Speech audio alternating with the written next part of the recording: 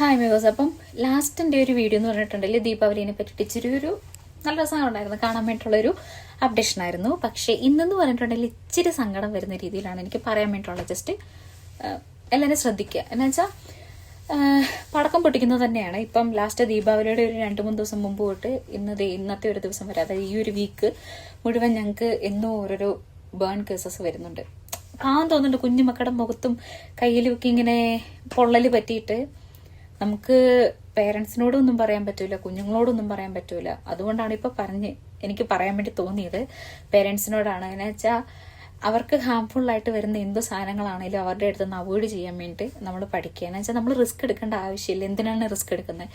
നമുക്ക് ഭയങ്കര ഇഷ്ടമാണ്, ഭയങ്കര വലിയ നയാഗ്ര വാട്ടർഫോൾസും പിന്നെ അതിരപ്പള്ളി വെള്ളച്ചാട്ടവും ഒക്കെ നമുക്ക് ഭയങ്കര ഇഷ്ടം അകലേന്ന് കാണാൻ എന്നും പറഞ്ഞിട്ട് നമ്മളാരും അതിന്റെ പൊക്കത്തൊന്നും എടുത്ത് ചാടാൻ വേണ്ടിയൊന്നും പോയിട്ടൊന്നുമില്ല. ബിക്കോസ് നമുക്കറിയാം അത് നമുക്ക് ഹാംഫുൾ ആയിരിക്കും എന്നുള്ളത്.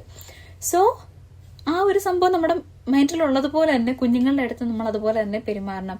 അവരെ വലിയ മാറ്റി നിർത്തിക്കുക. എന്ന് വെച്ചാൽ ഇച്ചിരിയും പോന്ന് പൊടി കുഞ്ഞുങ്ങൾ, എന്ന് വെച്ചാൽ 3 വയസ്സ്, 2.5 വയസ്സ്, 5 വയസ്സ്, 11 വയസ്സ് ഈ ഒരു പ്രായത്തിലുള്ള കുഞ്ഞുങ്ങളൊക്കെ വരുന്ന കാണുമ്പോൾ ഭയങ്കര പാവം തോന്നുന്നുണ്ട്. എന്ന് വെച്ചാൽ ഫസ്റ്റ് ഓഫ് ഓൾ അവർക്ക് പെയിൻ സഫർ ചെയ്യാൻ പറ്റുന്നില്ല. സോ നമുക്കിനി ക്രിസ്മസ് ന്യൂ ഇയർ ഒക്കെ വരികയാണ്. അതുകൊണ്ട് കുഞ്ഞുങ്ങളുടെ അടുത്തുനിന്ന് പടക്കങ്ങൾ മാറ്റി വെക്കുക. അതുപോലെ തന്നെ പടക്കം പൊട്ടിക്കുന്ന പേരൻസ് കുഞ്ഞുങ്ങളെ കൈ പിടിച്ചിട്ട് പൊട്ടിക്കാണ്ട് നോക്കുക. എന്നുവെച്ചാൽ അവരെ മാറ്റി നിർത്തി ആസ്വദിപ്പിക്കുക.